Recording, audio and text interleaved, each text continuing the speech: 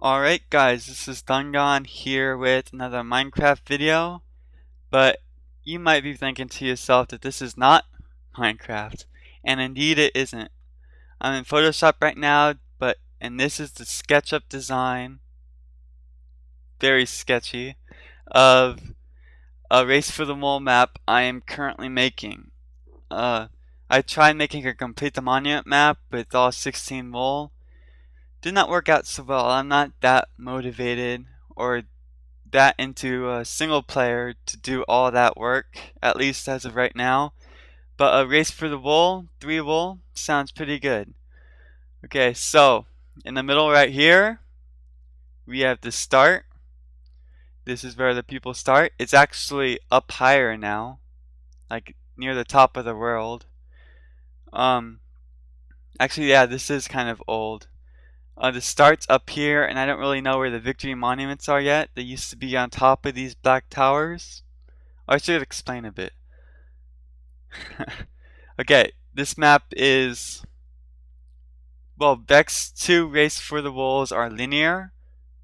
They go in a straight line, 2 lanes like this, with the gap in between, just straight and straight back, very linear.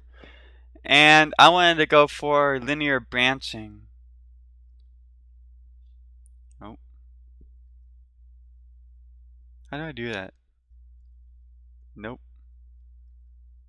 Okay, there we go.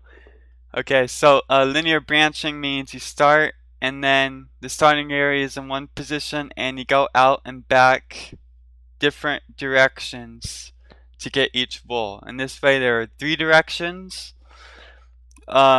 The start black tower right here are the places where to get ores and stuff. There's limited trees around it. In this direction, there's a ton of trees in the forest, maybe a few TNT cannons to interact PvP, and a green mossy dungeon for the green wool. Then the other way is a mountainous area. I have no clue what to really do about it except that mountains are what the original plan is. And both of these directions off the start along the division line, this long gray line in the middle, the straight one. Both of these directions are PvP oriented, player versus player, because the gap is right here, and it will force interactions between the 2 teams. Have fun like that.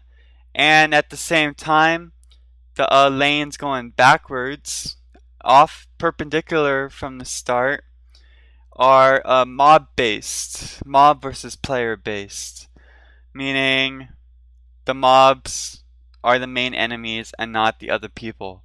Here I have a lake with 2 little islands with probably a modified form of Ethos Hollypops. Basically they're underwater spawners that have monsters like floating up and starting to shoot you. I might have like the TNT deactivators on the sand thing itself, so when you blow it up, the island also blows up, so you won't have any land to really stand on anymore. Kind of a dual thing, win-lose there. And at the end is some like lava, nether brick, stuff like that. I'll have to upgrade to 1.9.2 at least, or 1.9 pre-release 2. Probably 3, just to get it all out of the way.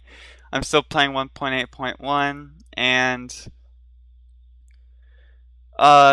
apparently there's going to be no more future updates until the actual final product, which kind of makes me sad.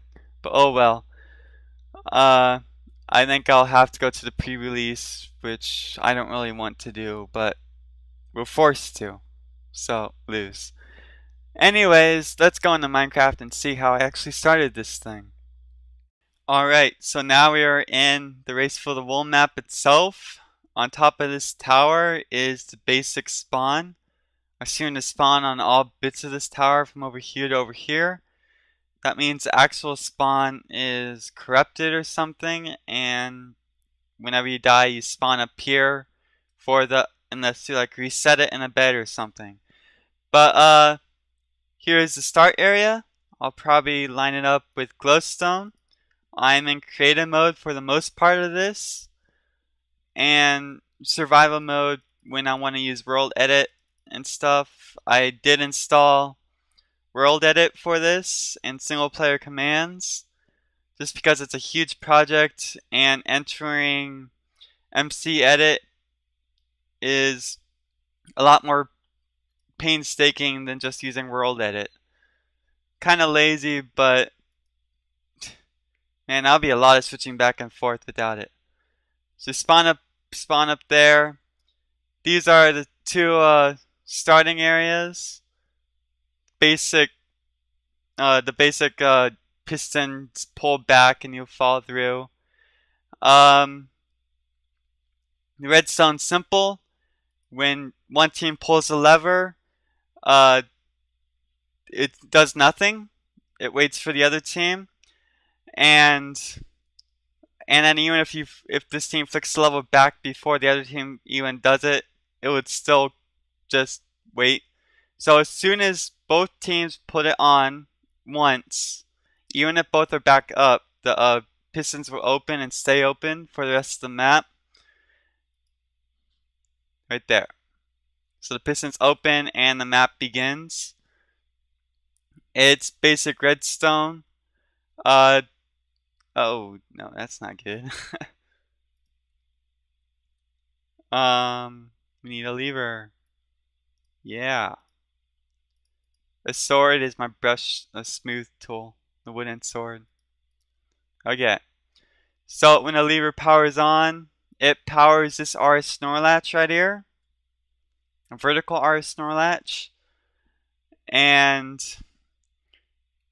when that happens, it powers on this torch, which will turn itself off. Same thing happens over here. This is a NAND gate. If I could get in. A NAND gate. Meaning that if both of these torches are off, the output is off, which is what we want. Because when the output is off, these torches up here are off and the pistons retract. And it will stay retracted the entire game unless you manually hit this reset button. Right there, which will automatically pull it back as so. And you can see the R Snorlatches are reset. Down here is the block that's powered. I need that redstone there. And these two torches are now on, meaning this line of redstone's on and every piston is extended. Like this, so. Oh.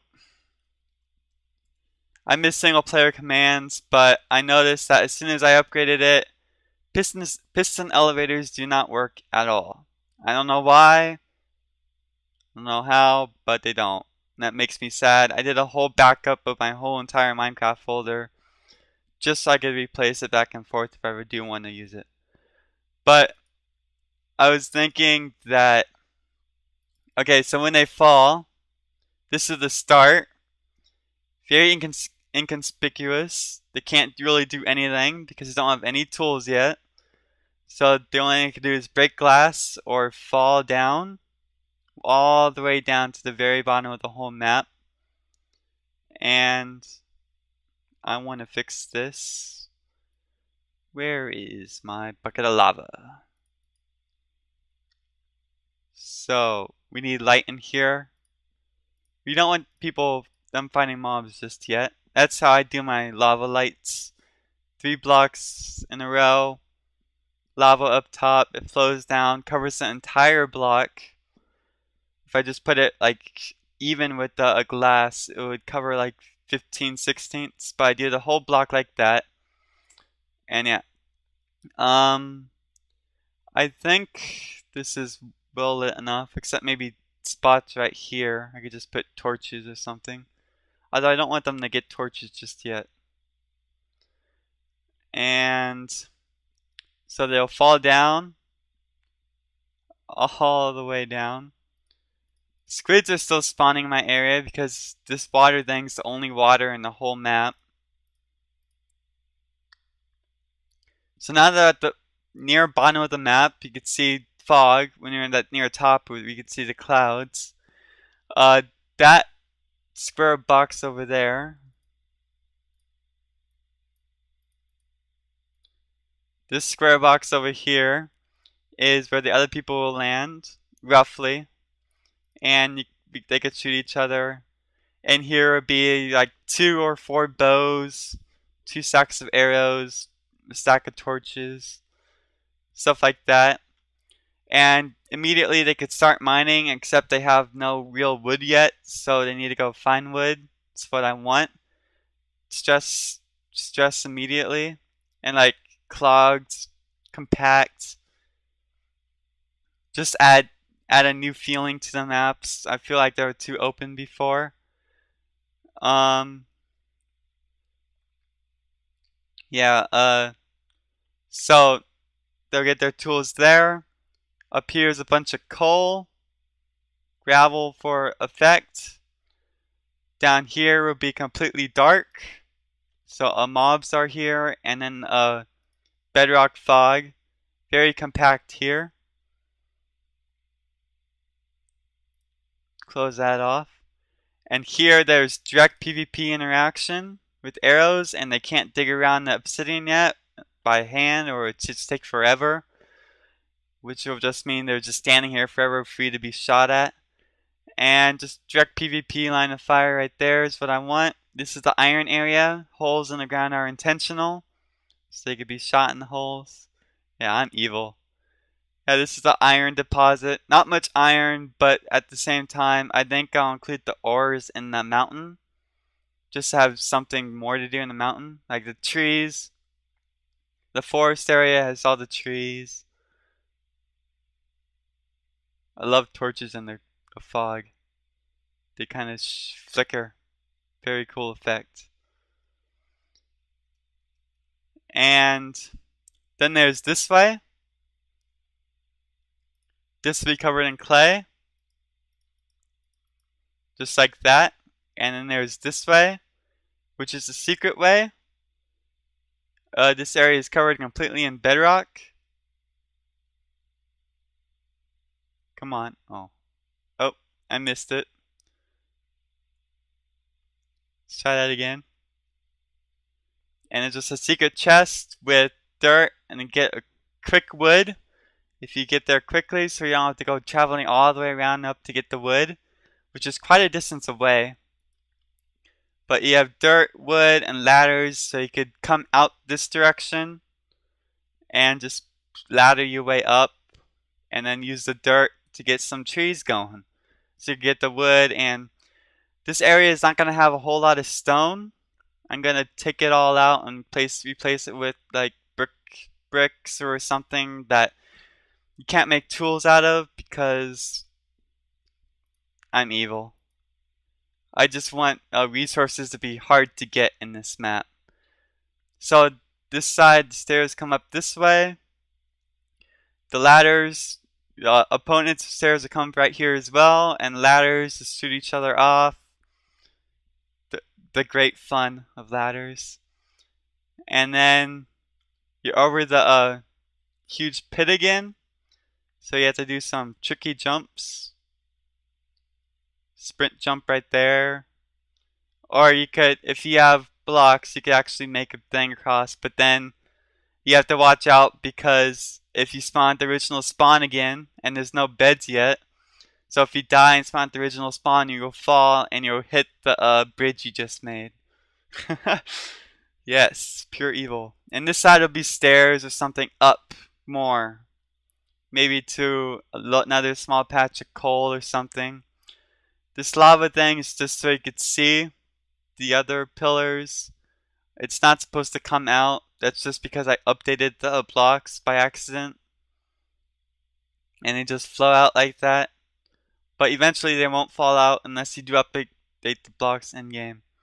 So up here is the limited trees and a sporadic dirt patch. I wanted this feel of it. Basically chaotic, but with a sense of order to it, if that makes any sense. the brush tools that make like perfect spheres or perfect circular shapes and stuff like that. And that's exactly what I didn't want. So yeah, I just do random blocks, take out random blocks, and stuff like that. And once it's all done and I'm happy with it, I'll just mirror over to the other side using MC Edit or World Edit or something. Probably MC Edit because you can undo with ease. World Edit does weird stuff with pistons. It always makes them face down when you World Edit or even undo World Edit. So yeah, that's the dirt area. And the forest area be over there, over a gap with slim bridges for more PvP. The parallel, this is the gap in between. The parallel directions coming along this way and its opposite way, directly opposite. Those are the PvP oriented areas. This way to the forest with the green dungeon and that red and blue cannon. That way to the mountain area we could get more rock and resources and another wool. And backwards would be the ocean with the two sand things with the it's not hollypops. Hollypops are his TNT cannon things. Like TNT drills type things. They're some mob spawner thing. The link will be in the description below, of course, with the correct name of the video. Sorry, Etho, if you ever see this, I can't remember. But come out here, you'll face off with the river and stuff. The islands are there next right before the lava, so you sit and wait for the mobs to come up while you try to evaluate what's going on. And then you have the nether pillars and stuff like that. I'm also debating, because I'm going perpendicular, that we could have a nether portal like far away, like super far away from each other, and that way they'll spawn in two different spots in the nether, like they're connected two different spots. So that way you could have nether actually in Race for the Wool by having the perpendicular paths. Yeah, that's just like a huge square. But yeah, I want to see if that works out or not. Having the nether in Race for the Wool, I think will add like a whole new characteristic to it. And who knows, maybe even the wool, I'll have like the portal goes out, and then in the nether it comes back in towards the center, and because you're closer in the nether, PvP will be more possible again. Well, not more possible, but possible in a new sense of the term. And yeah, that's the map so far. I would say this bit, the planning, and I just broke a torch. What's up with that? I don't know. But the planning and this basic design so far took roughly 2 days. And that was with a busy week. Like, my week has been hectic, which is why my videos were slower. Couple days in between each one. Not my fault. It's midterm week, I believe. I had a lot of tests. I'm not sure if it's a midterm or not. But I treat all the tests the same regardless. So, and I did pretty well in my physics. But enough about me. Tell me what you think about this map. If you have any really cool ideas for this map, let me know. Maybe like a cool way to get from the bottom area up to the dirt, which is the eventual goal. Yeah, let me know. Let me know what you think. I'll be continuing building this myself, mostly doing the framework of the map, making it so try to avoid this black blue sky fog effect at a certain light level, a certain wide coordinate level. Even though it might be fixed, I still want to get it fixed for this version. And let me know what you think of this. thanks for watching. This is Thungon's first video for his first Face of the Wool. See ya!